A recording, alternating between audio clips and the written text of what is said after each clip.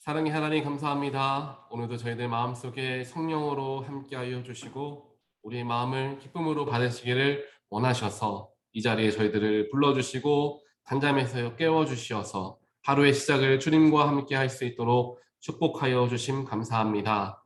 저희들을 이 자리로 나오게 하신 분도 하나님이시고 말씀을 사모하게 하신 분도 하나님인 줄 저희들 믿고 감사 올려드립니다.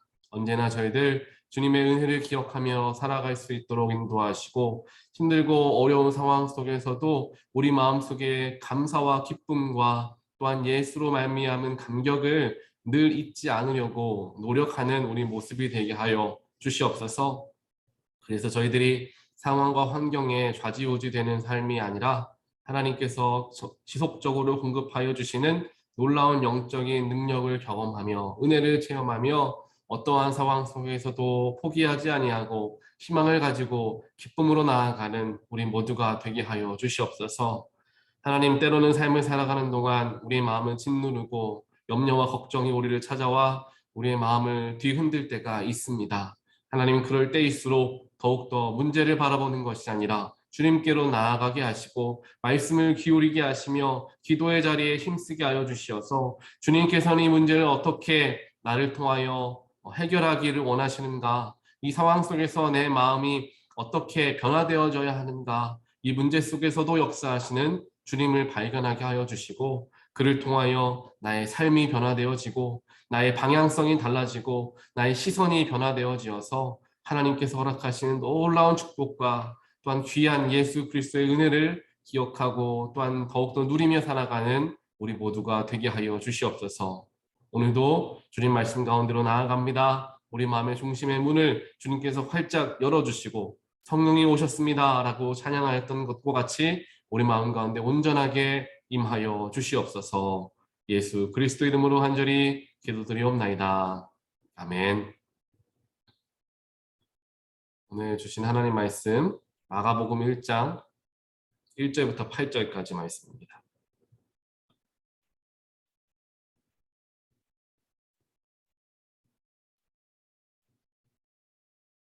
마가복음 1장 1절부터 8절.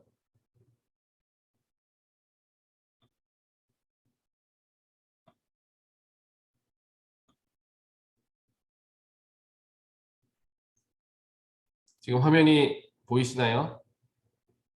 마가복음 1장 1절부터 8절까지. 혹시 안 보이시면 제가 읽어드릴 테니까요. 잘 들으시길 부탁드립니다. 하나님의 아들 예수 그리스도의 복음의 시작은 이러하다. 예언자 이사야의 글에 기록하기를 보아라, 내가 내 심부름꾼을 너보다 앞서 보낸다. 그가 내 길을 닦을 것이다. 광야에서 외치는 이의 소리가 있다.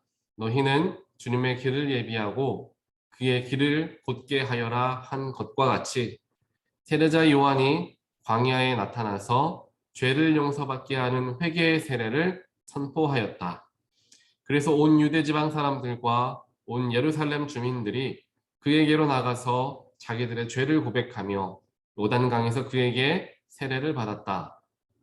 요한은 낙타 털옷을 입고 허리에 가죽띠를 띠고 메뚜기와 들꿀을 먹고 살았다. 그는 이렇게 선포하였다. 나보다 더 능력이 있는 이가 내 뒤에 오십니다. 나는 몸을 굽혀서 그의 신발끈을 풀 자격조차 없습니다. 나는 여러분에게 물로 세례를 주었지만 그는 여러분에게 성령으로 세례를 주실 것입니다. 아멘. 오늘부터는 이제 마가복음 1장부터 우리가 쭉 마가복음 말씀을 함께 보게 됩니다. 이 마가복음 말씀을 특별하게 1장 1절부터 8절 말씀이 아마 이번 4월 달에 여러분들 속회 모임 하실 때 그 본문 말씀이 되실 거예요. 그것이 오늘 우리가 함께 묵상하는 이제 말씀이기도 한데요. 오늘 우리가 함께 마가복음을 통하여서 이제 보시는 것과 같이 하나님께서 이제 예수 그리스도의 시작을 먼저 세례 요한의 선포로서 시작하는 것을 우리가 보게 됩니다.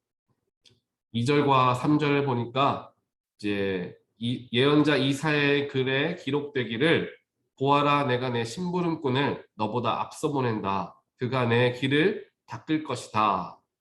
이 사람의 이름이 바로 세례 요한이죠. 그리고 그 사람은 광야에서 외치는 이의 소리가 있는데 너희는 주님의 길을 예비하고 그의 길을 곧게 하여라 라고 외치는 사역을 했던 인물이 바로 세례 요한이었습니다. 세례 요한에 대해서 제가 주일에도 예전에 오래전에 설교를 전해드렸던 적이 있는데 세례 요한은 광야에서 많은 사람들에게 세례를 베풀고 또한 그들에게 회개하여라 천국이 가까워왔다라고 외치던 즉 하나님의 말씀을 광야에서 외치던 인물이었다라는 것을 그때 함께 살펴보게 되었습니다.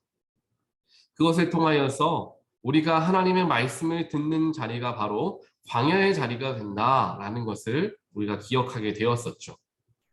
하나님의 말씀을 들을 수 있는 곳은 정말 편하게 누울 수 있고 두 다리를 펼 수 있고 따뜻한 보금자리와 같은 편한 자리에서 말씀이 선포되어지는 것이 아니라 나에게 주어지는 말씀은 광야의 자리, 내가 나아가야 하는 자리, 편한 자리를 박차고 일어서서 말씀을 사모하며 나아가야 하는 그 자리에서 말씀이 우리에게 들려진다라는 것을 오늘 이 말씀을 통하여서 우리는 깨달을 수가 있습니다.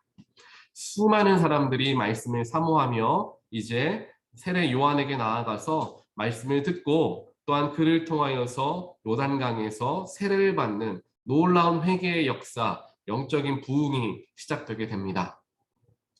그도 그럴 것이 그 당시에 정말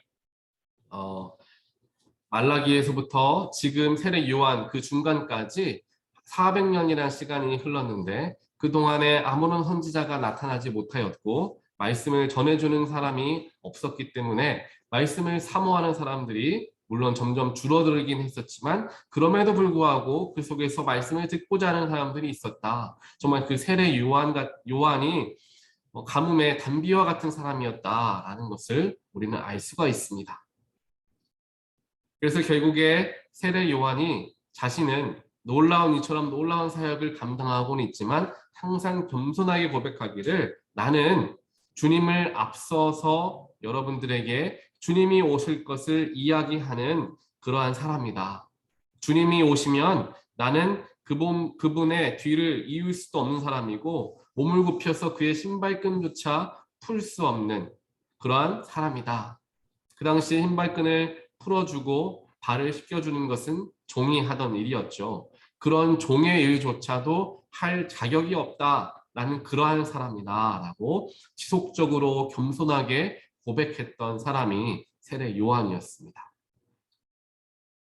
세례 요한을 통하여서 예수 그리스도가 준비되어지게 되었고 예수 그리스도를 준비하는 길을 세례 요한이 열게 되었고 정말 예수 그리스도가 복음이라는 것을 가지고 이제 온 유대 사람들에게 복음을 전파하기 시작했다라는 것을 오늘 말씀을 통하여서 우리는 보게 됩니다. 그렇기 때문에 1장 1절에서 이야기하는 예수 그리스도의 복음의 시작이 바로 여기에서부터 시작된다. 예수님이 태어나셨을 때부터 시작되는 것이 아니라 세례 요한의 때부터 시작된다라는 것을 미리 명시하고 있다라는 것입니다. 여기서 말하는 복음이라는 것은 우리가 다들 잘 아는 것처럼 영어로는 good news죠. 좋은 소식, 기쁜 소식을 의미합니다. 하지만 그 당시에 복음이라는 단어는 여러 가지 의미를 가지고 있었습니다.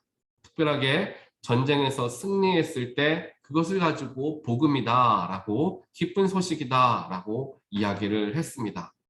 또 로마의 황제가 등극하거나 왕위를 계승할 후손이 태어났을 때에 그것이 바로 기쁜 소식 복음이다라고 이야기를 하고는 했습니다. 그렇기 때문에 이 복음이라는 것이 사람들의 마음속에 어떻게 자리하고 있었느냐, 묶였던 것을 풀어주는 것, 안타깝고 정말 암흑과 같은 시대에 놀라운 소식과 기쁨으로서 다가오는 것이 바로 복음으로서 자리 잡고 있었던 것이죠. 예수께서 전한 복음은 이제 유대인들과 그 당시 사람들이 생각했던 세상적인 해방을 이야기하는 복음보다 더 놀라운 영적인 해방까지 같은 함께 포괄하는 의미를 가지고 있었습니다.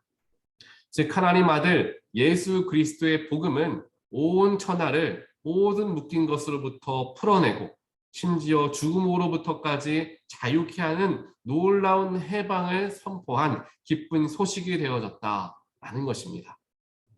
이러한 복음의 불씨가, 이러한 복음의 씨가 우리의 마음속에 심겨져 있습니다.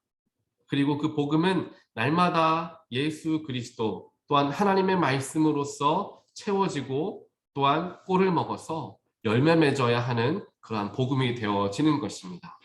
복음은 나의 마음 가운데 한 번 찾아왔다고 끝나는 그러한 것이 아닙니다. 복음은 날마다 새로워져야 하고, 복음은 열매 맺어야 하고, 복음은 나의 삶을 변화시켜야 하며, 복음을 통하여 나의 삶이 변화되어져서 주변의 사람들에게까지 전달되어질 때 그것이 진정한 복음의 모습이 되어진다. 또한 복음을 받은 사람으로서의 역할이 되어진다라는 것을 우리는 항상 기억해야 합니다. 복음이라는 것은 자기 혼자만 이제 얻어지는 것이 아닙니다. 복음의 속성은 전달되어지는 것을, 그러한 속성을 가지고 있습니다. 또한 그것이 복음의 진정한 의미이다라는 것을 우리는 늘 기억해야 합니다. 이것을 알지 못하고 한번 예수 그리스도를 영접하였다라는 것으로서 나는 복음을 받았습니다 라고 만족한다면 우리의 신앙은 거기에 머무를 수밖에 없는 것입니다. 복음이 아무런 영향력을 미치지 못하고 나의 삶을 변화시키지 못하고 수십 년 전에 받았던 그냥 그때의 뜨거웠던 복음으로서 기억될 뿐입니다.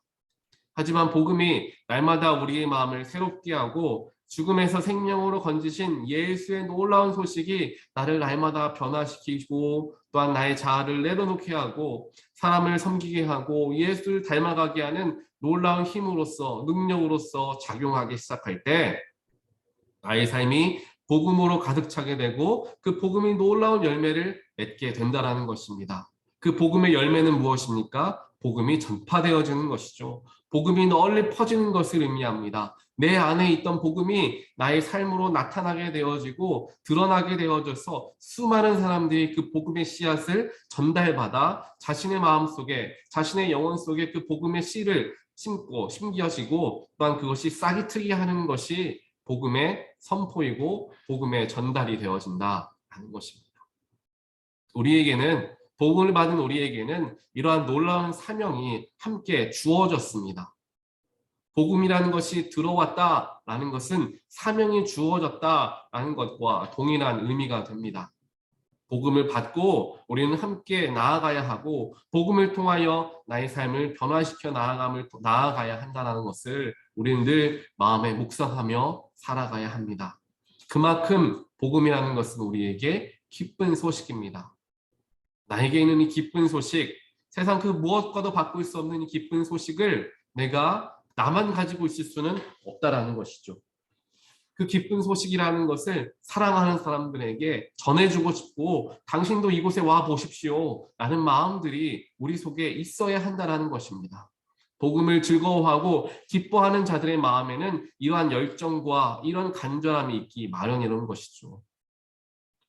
예를 들어서 우리가 좋은 식당을 발견하거나 또 좋은 지역, 좋은 관광지, 좋은 카페 이런 데를 우리가 발견하게 되면 친한 친구들을 데려가고 싶고 내가 좋은 곳을 발견했으니까 거기 한번 같이 가봅시다. 그렇게 사람들에게 초대할 것입니다. 나만 혼자 그 좋은 것을 보기에는 아까운 거죠. 가르쳐주고 싶습니다. 보여주고 싶습니다. 알려주고 싶습니다. 이것이 좋은 것을 보게 된, 좋은 것을 찾게 된 사람의 본능이다라는 것이죠. 복음이 바로 그와 같이 놀라운 기쁨의 소식이라는 것을 우리는 늘 마음속에 새기며 살아가야 합니다. 복음이 즐거워야 합니다. 복음이 기뻐야 합니다. 주일에 예배를 통하여서 선포되어지는 복음의 말씀이 나의 삶을 기쁘게 해야 합니다. 예배 안에서 선포되어지는 복음, 성도와의 교제 속에서 선포되어지는 놀라운 복음의 소식들이 기쁨으로 나에게 다가와야지. 먼저 그것을 내가 기쁨으로 누릴 수 있어야지 내가 그 복음을 전할 수 있게 된다는 것입니다. 이 놀라운 복음을 나만이 간직하는 것이 아니라 많은 들에게 복음을 전할 수 있는 그 사명을 온전하게 감당하게 되는 저와 여러분 되시기를 간절히 소원합니다. 하나님께서 오늘 복음의 시작은 이러하다라고 말씀하시면서 그 말씀을 우리에게 허락하여 주신 이유는 그 복음의 시작을 통하여서 그 복음이 수천 년이 지난 우리의 마음속에 심겨졌다. 그 복음이 심겨지기까지 수많은 사람들의 복음에 전달이 있었다라는 것입니다. 복음이 어느 순간 끊어지고 복음을 받았는데 전하지 않는 사람들이 많아지기 시작했다면 그 수천 년의 시간 속에서 복음은 잊혀지고 말았을 것입니다. 하지만 복음을 받은 자가 기쁨으로써 그 복음을 전달하기 시작하니까 지금 2000년이 지난 우리에게까지 그 복음이 전달되어졌더라라는 것입니다. 이제 그 사명을 감당하고 후대에 그 복음의 기쁜 소식을 전할 사명이 우리에게 주어져 있습니다. 아직도 교회를 나가긴 하지만, 아직도 하나님을 믿는다라고는 하지만 복음의 씨가 온전하게 자리하지 못한 그리스도인들도 많이 있습니다. 믿음이 아직 연약한 단계에 있는 자들이 많이 있다라는 것입니다. 또한 지금 교회를 나가지 않고 하나님을 믿지 않는 사람들도 분명 주위에 많이 있을 것입니다. 그들에게 우리가 복음을 올바르게 가르쳐주고 복음에 내가 받은 복음을 보여주는 것, 예수를 닮아가는 삶을 보여주는 것을 통하여서 그들의 마음속에 복음의 씨를 심을 수가 있다는 것입니다. 우리가 뭐 그렇게 큰 일을 하는 것은 아니겠지만 그 일을 통하여서 복음의 씨는 널리 전파가 될 수 있다는 것입니다. 얼마 전에 저희 집 뒷마당에 조그만한 뜰이 있는데 그 뜰에 민들레가 하나가 크게 자리를 해서 꽃이 피고 민들레 씨가 이제 맺히게 된 것을 보게 되었습니다. 근데 저희 뜰 주변에는 담벼락이 쳐져 있었기 때문에 도무지 그 씨앗이 들어오려면은 굉장히 바람에 타서 이리저리 휩쓸렸다가 들어와야지 겨우겨우 올 수 있는 그러한 뜰인데 거기에 민들레 씨가 이제 들어와서 꽃을 피우는 것을 보면서 참 그게 대단하다라는 것을 보게 되었습니다. 그 민들레 씨가, 민들레라는 것은 씨를 만들어서 씨가 바람에 잘 날아가게 해서 그 씨가 다시금 민들레를 꽃을 피우게 하는 그런 목적을 가지고 살아가는 것처럼 항상 어디를 가든 민들레 씨는 우리 눈에 밟히죠. 그만큼 복음의 전달이라는 것이 우리가 무엇인가 대단한 것을 하는 게 아니라 화려해 보이지는 않을지는 모르지만 우리의 마음이, 우리의 삶의 목적이 복음이 자연스럽게 전달되어지길 원하는 삶이 되어질 때, 그러한 삶을 살아가고자 우리가 노력하며 나아갈 때 나도 모른 새에 그 복음의 씨가 다른 사람의 영혼에 심겨지는 놀라운 축복이 일어나게 되는 것이고, 하나님께서 그것보다 기뻐하시는 일은 결코 없다라는 것입니다. 어제 제가 1:1 제자 양육 세미나를 3시간 반 동안 들으면서 그때의 제 마음속에 목사님께서 하신 말씀이 들어왔던 것이 있었습니다. 그때 말씀을 다 듣고 함께 합심하여 통성으로 기도하는데 제 마음속에 그런 거예요.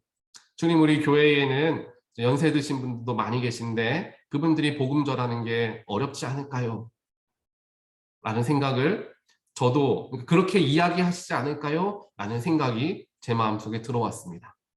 그때 기도하는 중에 하나님이 저에게 말씀을 해주시는데 어떤 말씀을 해주시냐 하면은, 이제 하나님 만나러 예수님 만나러 갈 날이 얼마 남지 않았으니까 더 열심히 전도해야 되고 더 열심히 복음 전해야 된다. 더 열심히 생명 살려야 한다. 예수님 만나기 전까지 최선을 다해서 생명 살려서 예수님 기뻐하실 일을 지금까지 평생 못했다고 하더라도 이제 남은 시간만이라도 더 열심히 전해서 정말 하나님의 마음을 기쁘게 하는, 가장 기뻐하시는 놀라운 축복을 우리가 누려야 한다라는 마음을 허락하여 주셨습니다.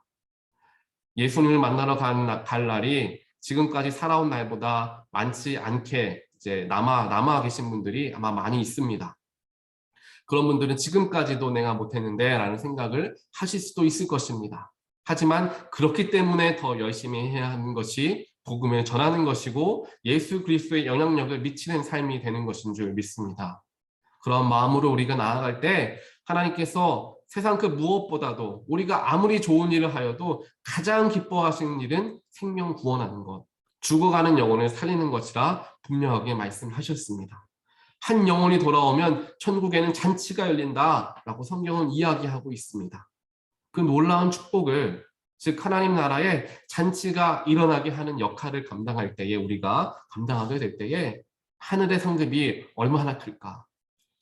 하나님을 만나러 갔을 때 부끄러워 얼굴을 피하는 것이 아니라, 사랑하는 내 아들아, 사랑하는 내 딸아, 네가 참 수고했다, 수많은 영혼을 살려줘서 정말 고맙다, 하나님께서 우리에게 크게 칭찬해 주실 날을 기억하고 기대하면서 더욱더 힘을 내어 우리에게 주어진 사명을 마지막 순간까지 감당할 수 있는 저와 여러분의 삶이 되기를 정말 주님의 이름으로 간절히 축원합니다. 이것은 주님께서 우리에게 주신 말씀이고 마음입니다. 하나님께서 제 마음속에 기도하는 가운데 허락하여 주셨던 것이 바로 이것입니다. 그렇기 때문에 더 열심히, 그렇기 때문에 하루를 아껴가며 복음을 전해야 한다. 이 마음을 우리가 마음속에 품고 나의 식어져 있는 열정에 다시 한번 불을 당겨서 주님의 사명을 온전하게 감당하고자 우리의 삶을 정말 하나님께 헌신하는 저와 여러분의 귀한 삶이 되어지시기를 다시 한번 주님의 이름으로 간절히 축원드립니다. 오늘 주신 말씀 기억하시면서 나에게 허락되어진 놀라운 기쁜 소식 복음, 나만 알고 있지 않고 내가 좋아하는 사람, 사랑하는 사람에게 꼭 전해야 되겠다라는 마음으로서 그들에게 나아갈 수 있는 우리가 되기를 간절히 소원하고, 이것에 대한 여러 가지 방법들이 있고 어떻게 전해야 하는가를 이제 제가 알려드리는 시간들이 곧 올 거예요. 그래서 우리가 체계적으로 그것을 배워서 이제 전도도 하고, 사랑하는 가족들 중에 하나님을 믿지 않은 자들이 있다라고 한다면 그들을 정말 안타까운 마음으로 다들 바라보실 텐데, 쉽게 접근하여서 복음을 전할 수 있는 그런 방법들을 함께 나눈 시간들을 가지려고 하는데, 그것을 위해서 다들 기도해 주시기를 부탁을 드립니다. 이렇게 기도하겠습니다. 사랑의 하나님, 감사합니다. 오늘 말씀을 통하여서 예수의 복음은 놀랍도록 기쁜 소식이며 나의 삶을 뒤흔들 만큼의 놀라운 소식임을 다시 한번 생각해 보게 되었습니다.